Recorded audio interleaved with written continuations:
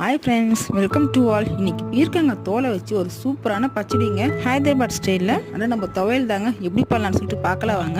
அதுக்கு ஒரு கடாயை வச்சு 1 ஸ்பூன் கடலை எண்ணெய், 1/2 ஸ்பூன் சீரகம், 1 ஸ்பூன் உளுத்தம்பருப்பு, 2 ஸ்பூன் தனியா, 2 காய்ந்த மிளகாய், 3 பச்சை மிளகாய் போட்டு 2 ஸ்பூன் எண்ணெய் போட்டு இந்த மாதிரி பொன்னிறமாக வறுத்து எடுத்து வச்சுக்கோங்க.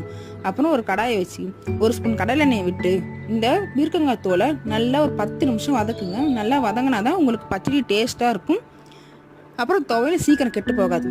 அப்புறம் அது நல்லா வதங்கினதுக்கு அப்புறமா 10 பல் பூண்டு, 1 தக்காளி, தேவையான அளவு உப்பு, ஒரு சிறிதளவு நெல்லிக்காய் சிறிதளவு இருக்கு பார்த்தீங்கன்னா அந்த அளவுக்கு புளி எடுத்து போட்டு கடைசியாக ஒரு கைப்பிடி அளவு கொத்தமல்லி போட்டு நல்லா ஒரு 5 நிமிஷம் வதக்கி இப்போ எடுத்து ஆற வச்சிடுங்க. இது நல்லா ஆறினதுக்கு அப்புறமா மிக்ஸி ஜாரில் போட்டு அரைச்சிடுங்க.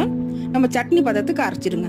அரைச்சிட்டு ஒரு கடாயை வச்சு கடலெண்ணெய், உளுத்தம்பருப்பு, கடலைப்பருப்பு, கடுகு, காய்ந்த மிளகாய் 2,